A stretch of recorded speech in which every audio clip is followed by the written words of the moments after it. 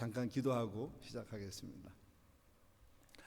아버지 고맙습니다. 감사합니다. 주께서 주일 지난 3일도 함께 하시고 오늘 특별히 수요 예배로 모인 사랑하는 주의 백성들 앞에서 주의 말씀을 증거합니다.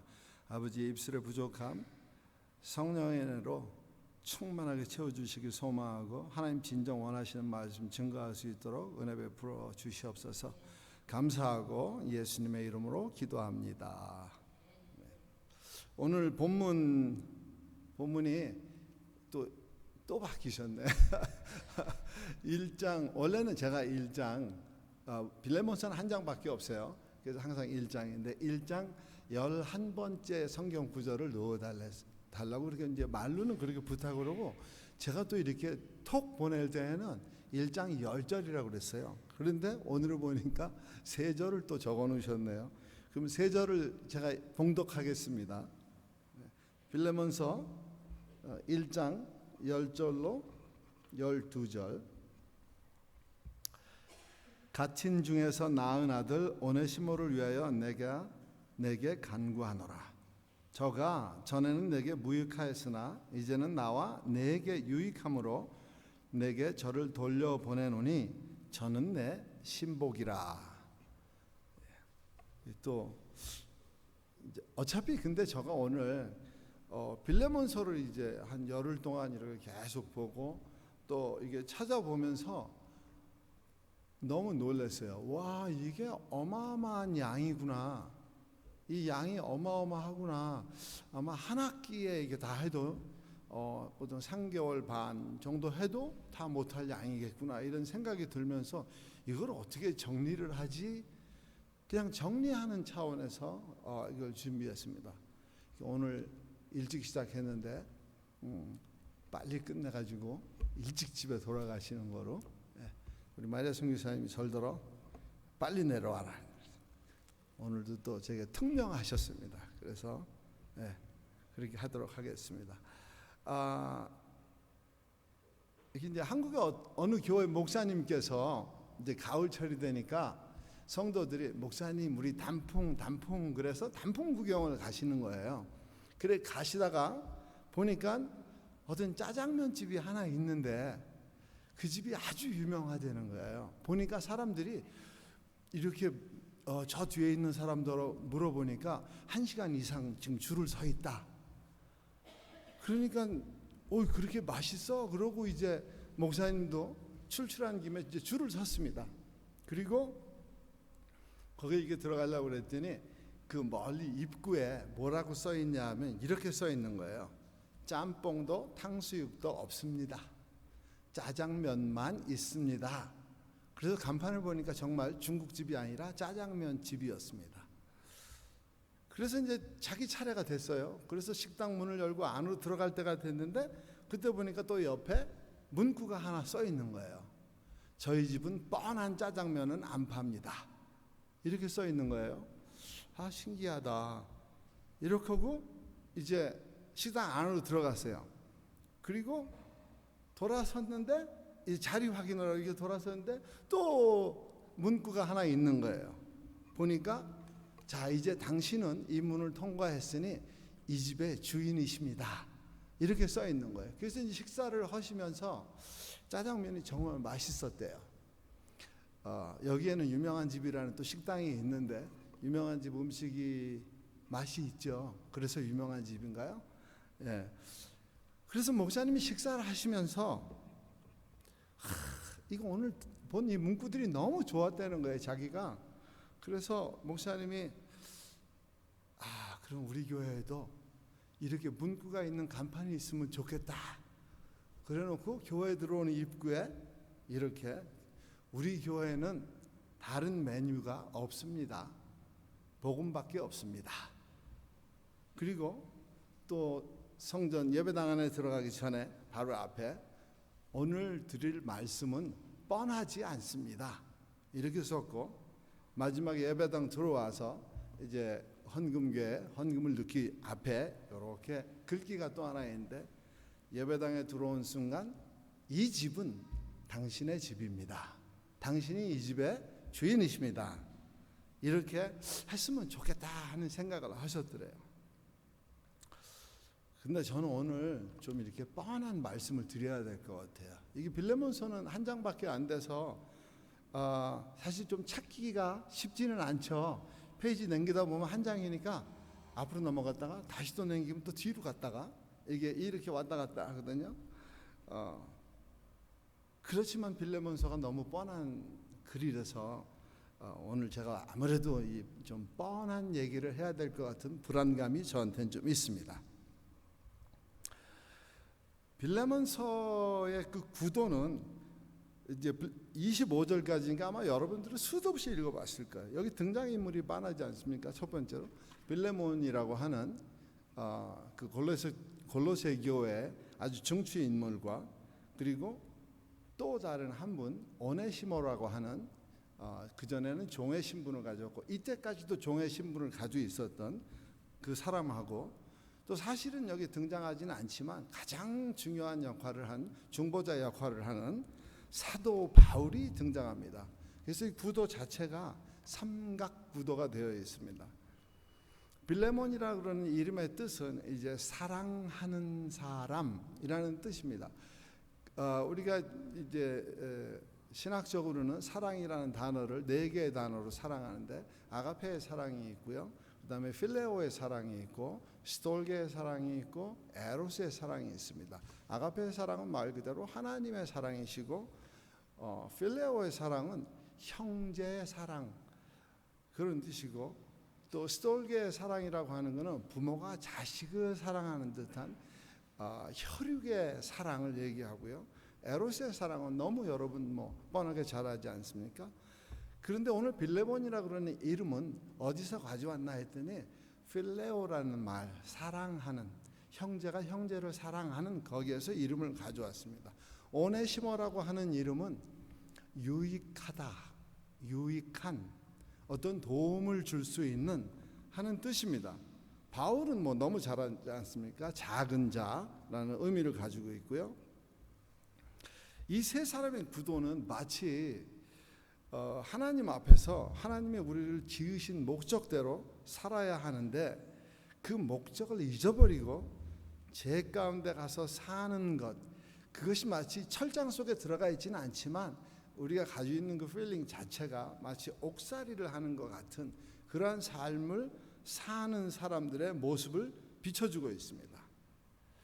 마치 바울이 아무 죄가 없잖아요. 복음을 전하는 게 무슨 죄가 되겠어요? 그러나 복음을 전하는 그것이 죄처럼 돼서 옥에 갇힌 것처럼 또 예수님께서 인류를 구원하시기 위해서 이 땅에 오시고 죄인이 아니신데 십자가에 돌아가신 것처럼 그런 인생들의 모습으로 우리에게 나타난 그래서 예수님이 우리를 십자가에서 오늘 하나님 우편에서 우리를 중보하신 것 같이 사도 바울이 오네시모를 빌레몬에게 중보하는 신원하는 모습입니다. 오네시모의 그 입장을 선처해달라고 호소하는 편지를 보낸 것입니다. 오늘 주제는요 유익한 아들이라고 제가 했습니다. 그냥 그러니까 이렇게 어떻게 보면 이게 그냥 이렇게 이름을 붙인다 그러면 오네시모 아들 왜냐하면 오네시모라는 말은 유익한이니까 아들 오네시모 그러면 그 아들 참 유익하다 하는 그런 이름을 가지고 있는데요. 세 개의 대지로 한번 나눠봤습니다. 그럼 나는 내 가정에 대해서 혹은 내가 매일 만나는 사람들에 대해서 정말 유익할까? 두 번째는 내 이웃에 대해서 매일 만나진 않지만 그래도 자주 만나는 사람들 더러더러 남들보다 아주 못 보는 사이는 아니지만 더러더러 자주 접하는 그 이웃에 대해서 그리고 마지막으로는 우리가 몸담고 있는 이 세상 물론 여기도 하나님의 나라니까 킹덤 오브 갓에 대해서 얼마나 내가 유익한 사람인가 하는 세 가지 대지를 한번 나누어 봤습니다. 그래서 그것에 대해서 함께 나눌 텐데요.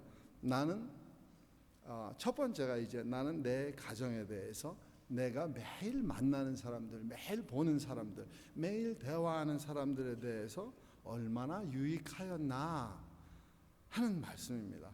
빌레몬서에는요, 이제 주인공으로 등장하는 분들이 바울도 있고 빌레몬도 있고 오네시모도 있습니다. 물론 이 빌레몬서에 적혀 있지 않은 한 사람도 또 등장을 해요. 그분은 두기고라고 하는 분인데, 두기고는 사도 바울을 대신해서 많은 곳에 편지도 전하고 가서 또 대리목회도 하시고 순회 선교도 하시고 많은 교회들을 사도 바울이 저기 가서 교회를 개척하라 그러면 가서 개척도 한, 나중에는 두기고라는 분이 이제 사도들이 세상 다 떠나시고 그분들의 사도성을 이어서 속사도라고 불리움을 받는 사람 중에 한 분이 되십니다.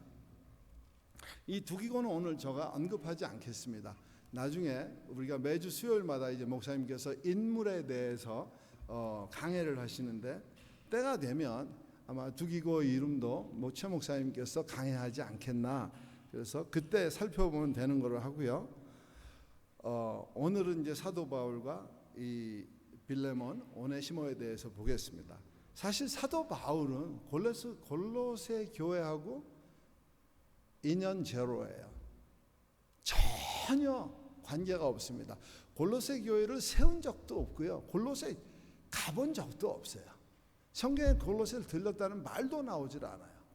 이분이 3차 전도 여행 때 에베소에 들려서 에베소에서 3년을 묵게 됩니다. 가장 오랜 선교 기간 동안에 가장 오랫동안 한 곳에 머무는 게 이제 3년이에요. 모르겠어요. 저희 기구가 그래서 선교사의 한 텀을 3년으로 잡았는지는 모르겠어요. 근데 조금 유사성이 있기는 해요. 3년 동안 에베소에 머물면서 이분이 그 3년 가운데 2년은 두란노 서원이라는 곳에서 성경 강해를 하고 성경을 가르치게 됩니다.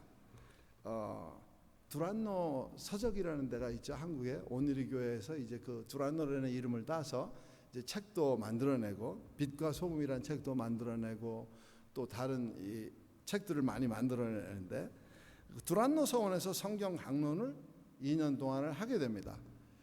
골로새는 에베소하고 그리 멀지는 않습니다. 그래도 멀겠네요. 옛날이니까. 거리상으로는 이제 한국 우리 리스로 계산하면 400리 정도, 킬로미터로 160km 좀 떨어져 있는 곳입니다. 그런데 에베소에 계시는 동안에 골로새에는 가보시질 않은 거예요. 그리 멀지 않은데 사도 바울께서 아마 에베소에서 계속되는 강론에 의해서 많은 사람들이 오가면서 말씀을 듣고 또 계속되는 그 강론, 그것을 유지하기 위해서 오래 머무르시지 않았겠나 하는 생각이고요. 또 그때에 사도 바울이 이 에베소에 머물면서 강론하실 때에 그 사도 바울의 탁월한 강론하고 또 사도 바울이 가지고 있는 하나님이 주신 특별한 능력이 있습니다. 사도 바울은 그가 쓰던 옷가지를 벗어다가 병자에 얹어놓으면 낫는 능력까지 보이신 분이기 때문에, 그래서 그 주변에 있는 많은 믿고자 하는 사람들 또 믿는 사람들이 이 두란노 서원으로 와서 사도 바울과 교제하고 사도 바울의 가르침을 배웠다는 것입니다. 그때에 빌레몬이 그곳에 가서 교제하지 않았나 하는 게 이제 많은 신학자들의 공통된 추측입니다. 그러면 그때 물론 이제 오네시모가 전에는 무익하였다고 사도 바울이 그렇게 글을 썼어요. 그리고 빌레몬의 집에 있을 때 빌레몬이 그 160km 400리 길을 걸어갈 때 누군가를 데려가지 않았겠습니까? 보니까 시골에 계신 선교사님이 시내 올 때면 운전하는 게 힘드시니까 꼭 그 현지 분 한 분을 대동하시더라고요. 그래서 그분이 운전을 대신해 주는데, 그 옛날에 길에 강도가 좀 많았겠습니까? 그러면 400리 길을 빌레몬이 우리가 오늘 빌레몬서를 보니까 처음에 빌레몬을 이렇게 소개하는 걸 보면 이분이 상당히 유력한 분이고 재산도 상당히 많았던 분 같아요. 종도 있었고 또 거기에 여러 사람을 초대해서 함께 식사하고 또 믿음의 교제 나누고 골로새 교회의 기초를 닦고 그런 거 보면 이분이 보통 잘 살지는 않았던 것 같아요. 많이 잘 살았던 것 같아요. 그러면 늘 그분을 노리고 있는 강도의 무리가 있었지 않았겠나 그랬을 때 이분이 혼자 가지는 않았을 것 같아요. 400리 길을. 그러면 누군가를 데리고, 혹 종을 데리고 간다면 오네시모도 몇 번은 아마 데려가지 않았겠나. 그러면 오네시모도 먼 발치에서라도 사도 바울의 가르침을 들을 수도 있었고 사도 바울의 모습을 볼 수도 있었고, 혹 빌레몬이 배려했으면 그 강론에도 들어갈 수 있지 않았겠나 하는 신학자들의 추측이 있습니다.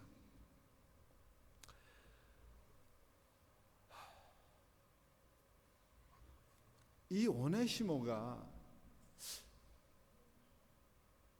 왜 빌레몬의 집에서 떠났을까 하는 부분은 정확하게 나와 있지가 않아요. 성경에 단지 나와 있기는 어떤 손해를 입히고 떠나갔다는 거예요. 그런데 그 당시에는 재산의 한 방편으로 노예들을 집에 데리고 있었습니다. 노예는 한 명, 두 명 부르지 않고요, 개수로 나타냈습니다. 한 개, 두 개. 왜? 재산이기 때문에, 물건이기 때문에. 여기 꽃사 그렇게 띵으로 보았지 사람으로 보지 않았기 때문에 종 하나가 없어지면 그 재산 손실인 거예요. 그러면 아주 적은 그 빚으로 봤을 때는, 사도 바울이 갚아야 될 빚으로 봤을 때는 노예 한 개의 값이 사라졌기 때문에 그 값을 갚아야 되지 않았겠나. 혹은 더 큰 죄를 지었다 그러면 이 부잣집에서 뭐 금고 하나를 들고 튀었다든지 아니면 집안에 어떤 큰 사고를 쳤다든지 하는 그런 죄를 지지 않았나 하는 것입니다. 그때 이제 시간이 흘렀어요. 그리고 오네시모가 그때 그 집을 나와서 골로새 지방에 있는 빌레몬의 집을 나와서 간 곳이 로마로 갔습니다. 왜냐하면 로마에는 그 당시 150만 명의 인구가 살았는데, 지금도 150만 명이면 굉장히 큰 도시인데요. 지금부터 2000년 전에 150만 명이 살던 도시, 엄청 큰 도시가 아니겠어요? 그 도시에 보통 노예 숫자가 노예 아닌 사람보다 더 많았다는 그런 그 보고들이 있습니다. 그러면 노예 세상이죠. 어떻게 보면 이분들은 좀 자유스럽기도 하고요, 밖에 활보하는데. 그러면 오네시모가 골로새서 같은 작은 동네에 있다가 이제 촌놈이 큰 도시로 가서 눈이 번쩍 뜨이고 뭐 정신이 없었겠죠. 그런 상황에 있어도 그래도 참 자유스러웠을 거예요. 그런 와중에 만나게 된 분이 사도 바울입니다. 어쩌면 이미 사도 바울을 알고 있었을 수도 있었고요, 아니면 자기의 갈급함, 종이었다가 이제 좀 자유스러운 모습을 찾아왔지만 늘 자기가 노예다, 나는 종이다 하는 것을 벗어나지 못하는 안타까움이 그에게 있었을 거예요. 근데 사도 바울은 사도행전 28장 30절로 31절 말씀을 보면 어떤 분이냐 하면, 이분이 자기가 새 집에 머물러 있었다고 그랬어요. 근데 그 새 집이 이제 말하자면 가택연금 상태에 있던 거예요. 이게 사도 바울이 얘기하는 그 옥중서신 4개를 쓴 것은 가택연금 상태에서 썼습니다. 그러니까 빌립보서, 에베소서, 골로새서, 그리고 빌레몬서, 이 4권을 그 옥중서신이라고 해서 거기서 썼는데, 개인적으로 보낸 이 개인 서신은 빌레몬서 하나입니다. 그때 사도 바울의 그 행보를 보니까 자기가 가택연금 상태에 있으면서도 오는 사람을 다 받아줬다는, 영접했다는 게 Welcome to my home 했다는 거예요. 모든 사람을. 그리고 거기서 하신 일은 하나님의 나라를 전파하고 주 예수 그리스도에 관한 모든 것을 담대하게 거침없이 가르쳤다, 이렇게 말씀하고 계세요. 그것을 보면 오네시모도 사도 바울이 눈치는 챘을 거예요.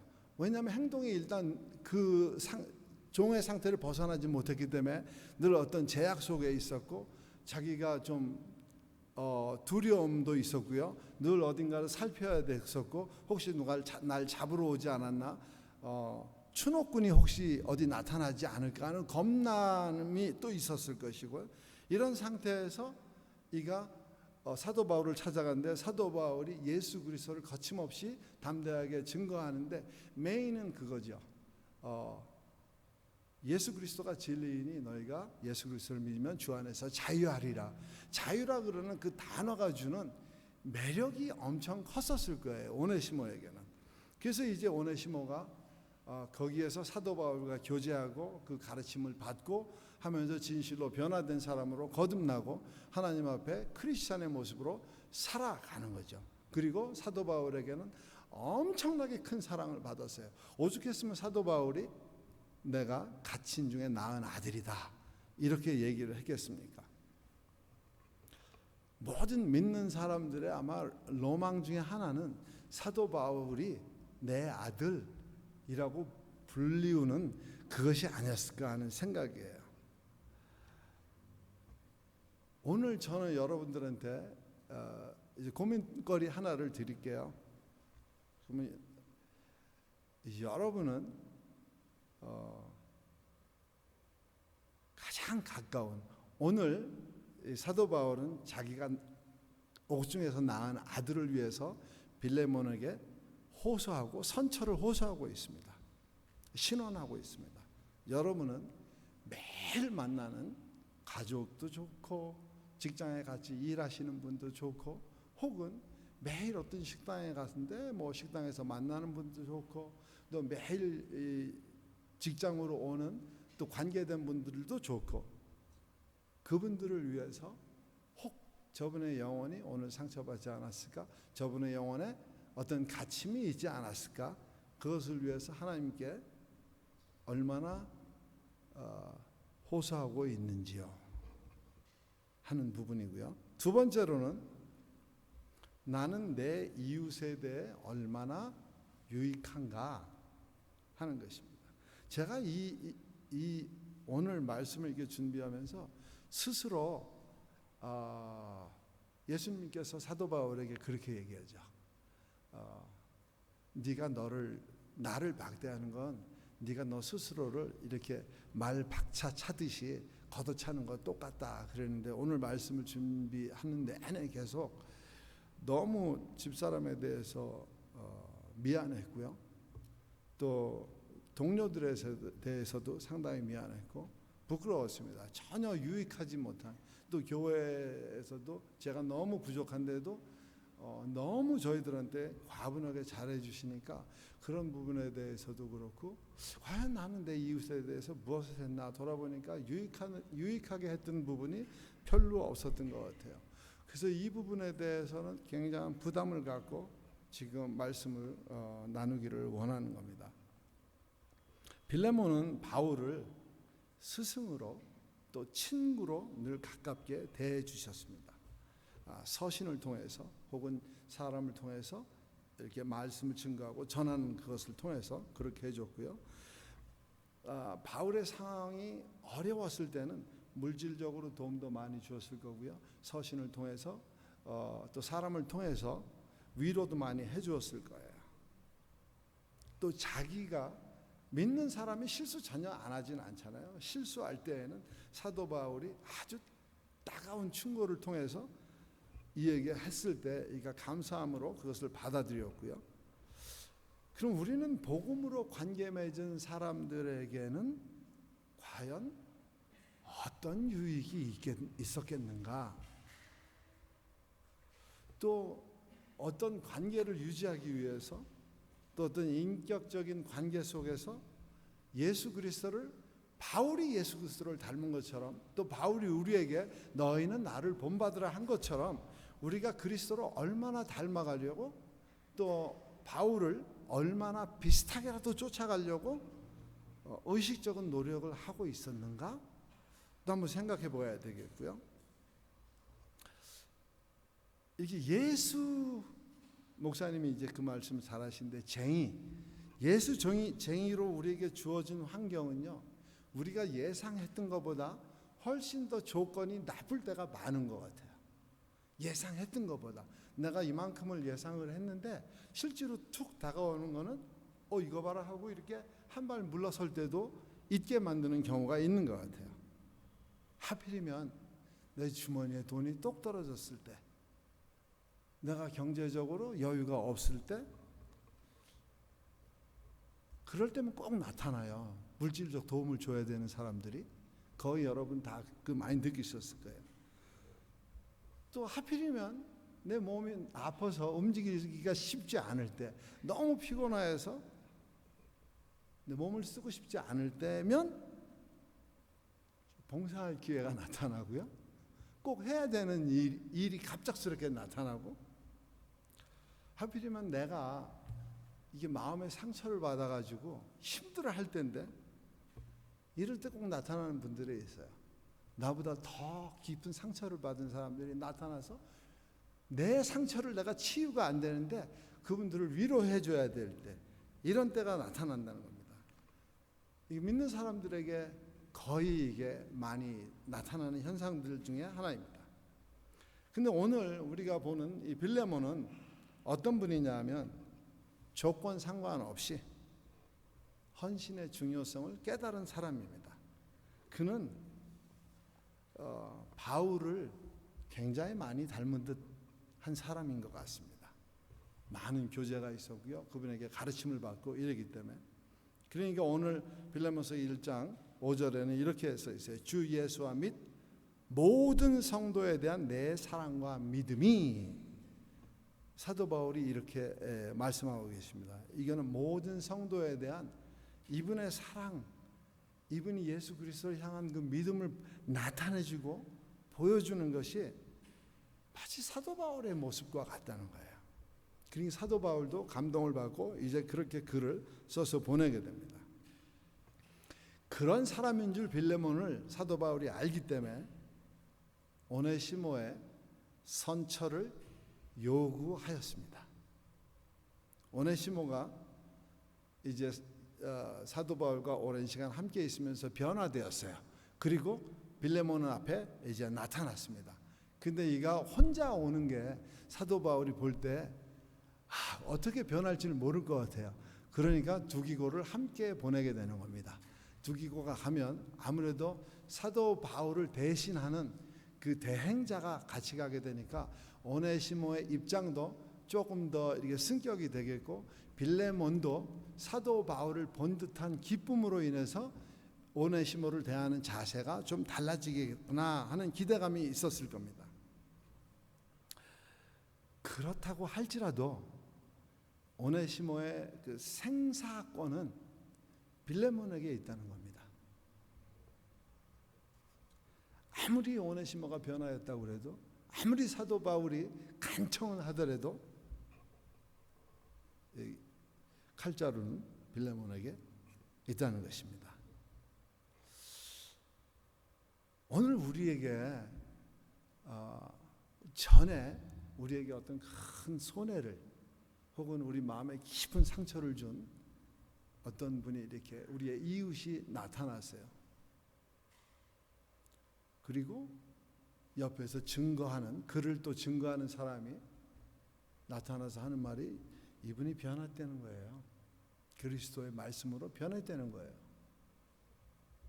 그럼 우리는 어떠한 자세로 여기에 대응해야 될 것인가 고민해야 되겠죠. 그죠? 아마 제일 먼저 이 생각 들 거예요. 사람 잘 안 변한다 그러던데. 세 번째는요, 나는 그럼 과연 하나님의 나라에 얼마나 유익을 끼친 사람인가.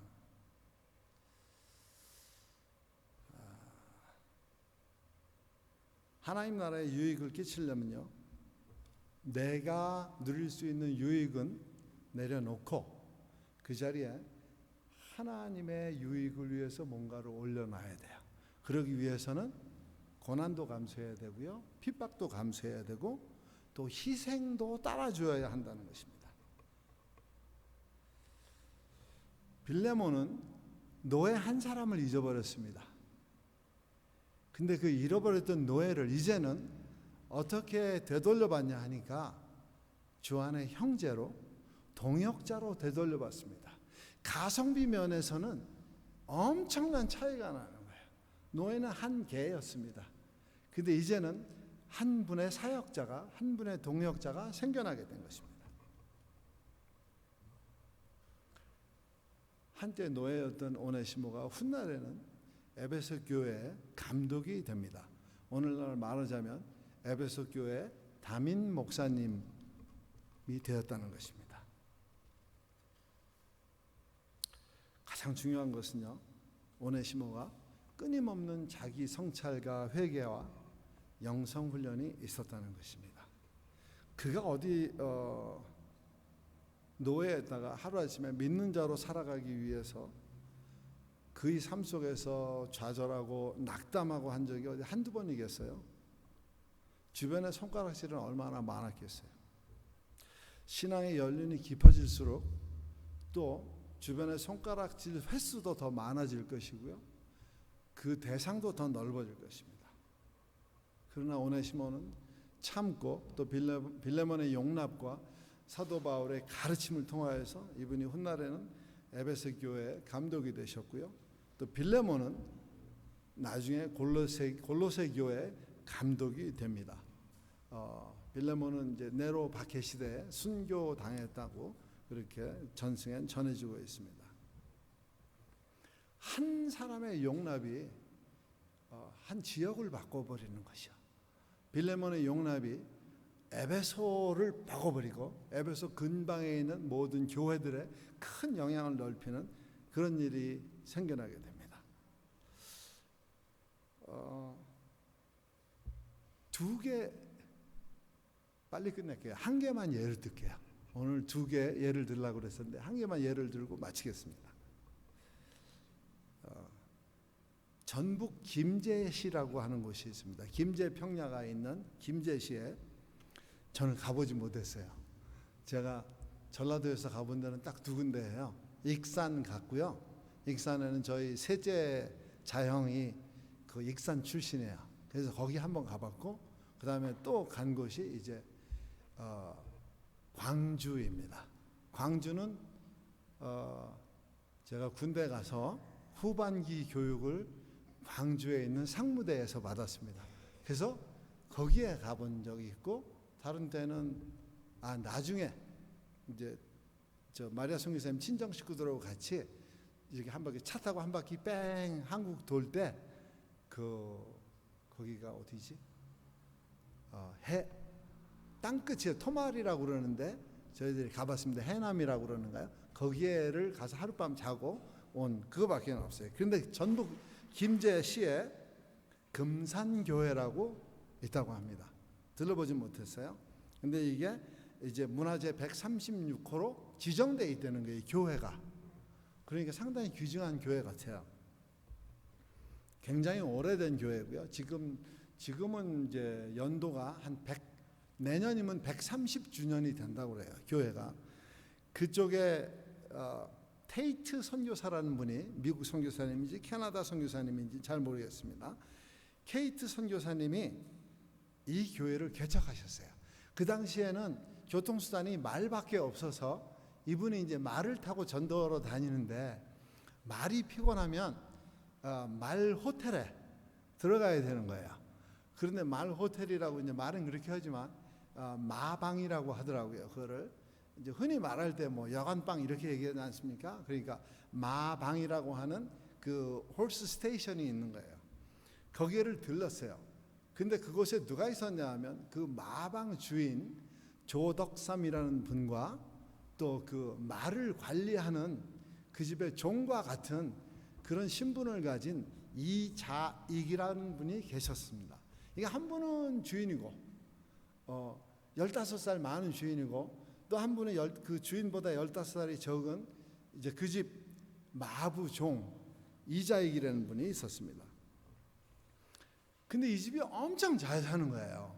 그 집이 마방만 하는 게 아니라 뭐 쌀도 팔고요. 또 이 조덕삼이라는 분의 그 할아버지가 금산을 샀답니다. 아예 평양에서 내려오셔가지고 그 산을 하나 샀는데 거기서 금맥이 터져서 그 산 이름이 금산이라는 거예요. 거기서 산을 샀는데 금이 터지니까 땅을 많이 사가지고 김제 평야의 상당 부분이 그분의 소유였다고 해요. 그리고 이 테이트 선교사가 그 마방에 머무르면서 복음을 증거했는데 이 조덕삼이라는 분이 복음을 받아들인 거예요. 그리고 교회를 이제 그 집에서 시작하는데 교회를 바로 짓습니다. 짓는데 교회를 기역자로 교회를 짓는 거예요. 이제 기역자가 아니고 까꾸로 기역자예요. 그러니까 기역자면 여러분들이 보실 때에 아마 이렇게 보이시겠죠? 거기서 보신다고 그러면 이렇게 보이시겠죠? 그죠? 기역자가 여러분들이 보실 때는. 근데 이렇게 교회를 지어야 되는 거예요. 그리고 여기는 남자들이 앉고요. 이쪽은 여자들이 앉는 거예요. 그러면 설교자는 어디에 쓰냐? 설교자는 여기에 쓰고 다는 남자들을 향해서 이렇게 앞에 있고요. 이분은 남자들에게 설교하고 여자분들은 옆에서 목소리만 듣는 거예요. 옆모습만 보시는 거죠. 이렇게 교회를 그렇게 이제 세우시고요. 세월이 많이 지났습니다. 근데 이 조덕삼이라는 분이 인품이 훌륭하셨는 것 같아요. 그래서 예배를 드릴 때 마부든 종이든 할 것 없이 다 그 집에 들어와서 예배를 같이 드렸답니다. 세월이 좀 흘렀어요. 그리고 교회에 이제 직분자 선출을 해야 되는 거예요. 직분자 선출을 하는데 이제 30살쯤 되었을까 한 마부 이자익 씨가 후보가 되었고요. 또 장로 피택에 조덕삼이라는 분이 주인이죠. 이 교회 건물의 주인이기도 하고 실질적으로 모든 재정을 다 투자하신 분이에요. 그래서 두 분을 놓고 투표를 했는데 마부가 된 거예요. 장로 피택이 된 게. 주인이 된 게 아니고. 모든 사람들이 경악하고 놀래고요. 이런 일이 있을 수 없어. 자기들이 투표해 놓고도 이런 일이 있을 수 없어 하는 중에 조덕삼 씨가 이제 나와서 그렇게 합니다. 하나님의 뜻이고 받아들이기로 하겠습니다.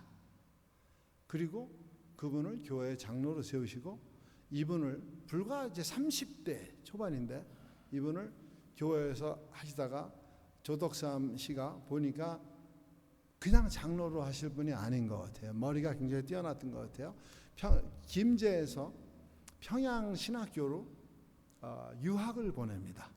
그리고 모든 학비와 기숙하는 모든 비용을 다 댑니다. 조덕삼 씨가 이자익 장로에게 자기 집 하인인 사람을. 그리고 몇 년 후에 이분이 이자익 씨가 2015년도에 이제 30대 중반쯤 되었을 때 이분이 목사 안수를 받게 됩니다. 그리고 조덕삼 씨가 이제 그때는 장로가 되었어요. 왜냐하면 장로 한 분이 신학교를 가버리니까 장로 자리가 비우니까 또 사람을 세우기 위해서 이제 이 조덕삼 씨를 장로로 세웠습니다. 조덕삼 장로가 이자익 목사님을 금산교회로 청빙하게 됩니다. 그래서 담임 목사님으로 섬기게 됩니다. 굉장히 아름다운 모습을 보이는, 오늘 마치 빌레몬서 같지 않아요. 저는 그 사실을 이렇게 인터넷에서 제가 발견하고서 막 흥분됐어요. 이거는 한국적인 빌레몬 아닌가?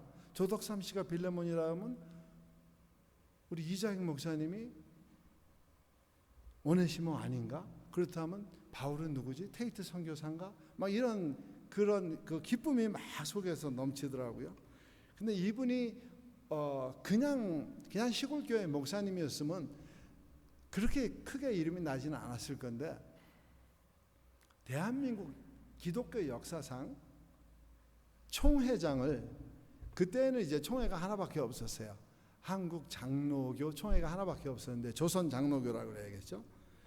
총회장을 3번이나 하셨습니다. 2번 하는 사람도 없다고 그러는데 3번이나 하신 아주 위대한 그 목회자로 그렇게 만드신 분이 누군가? 조덕삼 장로님이라는 거예요. 그런데 함께 교회를 같이 섬긴 기간은 길지 않았던 것 같아요. 이분이 목회자를 청빙하고 불과 몇 년 있다가 돌아가셨어요. 일찍 돌아가셨더라고요. 그러니까 한 50쯤 되었을 때 조덕삼 장로님이 돌아가신 것 같아요. 이 모습을 보면서 얼마나 기뻤는지 몰라요. 왜냐하면 한국 교회에 자랑할 게 있더라고요. 정말 자랑할 게 있었어요. 그러면서 그거 생각하고 이민교회를 생각해 본 거예요. 과테말라의 이민교회, 또 미국 땅에 있는 이민교회, 온 세계에 흩어져 있는 이민교회들을 다 봤어요. 물론 하나님의 뜻이 있어서 교회가 한 개였다가 이제 두 개였다가 세 개였다가 뭐 이렇게 되는데, 그러니까 한국 분들은 우스갯소리를 그렇게 얘기하더라고요. 교인이 둘이면 교회가 세 개가 나온대요. 내 교회, 네 교회, 우리 교회 이래서 많이 갈라진다는 얘기 아니에요. 우스갯소리지만 사실은 뼈 아픈 소리거든요.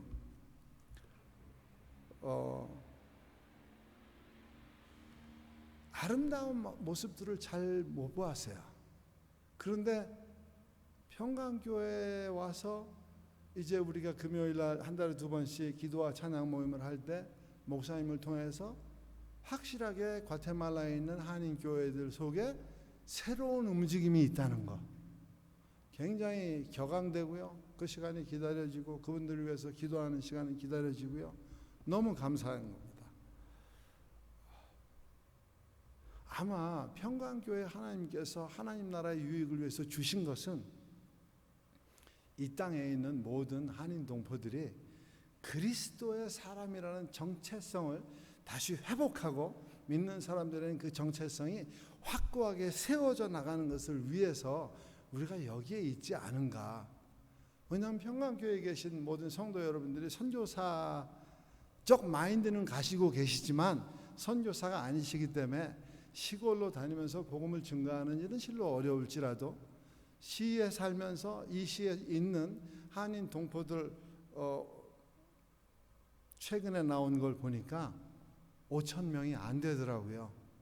그래서 5,000명이 안 되는 한인 동포들을 위해서 평강교회가 해야 될 일은 그것이 아닌가.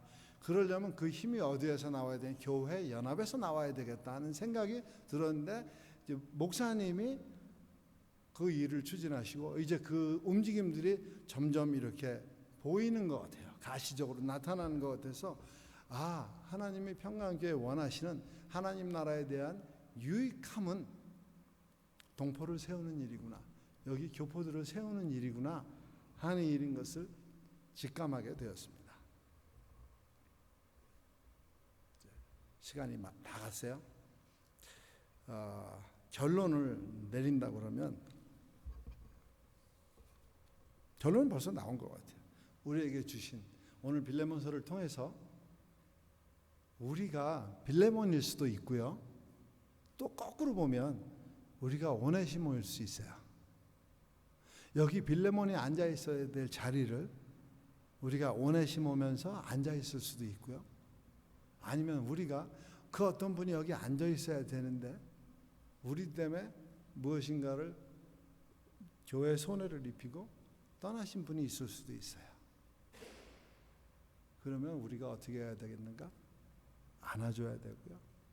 때로는 그들을 찾아가기도 해야 될 거고, 가장 중요한 것은 그분들을 위해서 끊임없이 기도해야 되겠다 하는 부분입니다. 오늘 이런 다짐이 우리 평강교회와 여러분들이 있기를 축원합니다. 기도하겠습니다. 아버지 고맙습니다. 감사합니다. 오늘 빌레몬서를 통해서 하나님 주신 말씀 나눴습니다. 원치 아니하시는 말씀 있으면 우리의 뇌리 속에서 기억조차 나지 아니하도록 다 지워주시기를 소망합니다. 이곳에 교회를 세워주시고 지난 30년 동안 아버지 선교적 마인드의 교회가 있었다면 이제는 그 선교적 마인드가 밖으로 표출되는 그런 교회 되도록 하나님 은혜 베풀어 주시옵소서. 그리 해주실 것을 믿고 감사하며 예수님의 이름으로 기도합니다. 다 같이 주님 가르쳐 주신 기도로서 오늘 예배를 마치도록 하겠습니다. 하늘에 계신 우리 아버지 이름이 거룩히 여김을 받으시오며 나라의 임하옵시며 뜻이 하늘에서 임한 것 같이 땅에서도 이루어지이다. 오늘날 우리에게 일용할 양식을 주옵시고 우리가 우리에게 죄 지은 자를 사하여 준 것 같이 우리의 죄를 사하여 주옵시고 우리를 시험에 들게 하지 마옵시고 다만 악에서 구하옵소서. 저에게 나라와 권세와 영광이 아버지께 영원히 있사옵나이다. 아멘.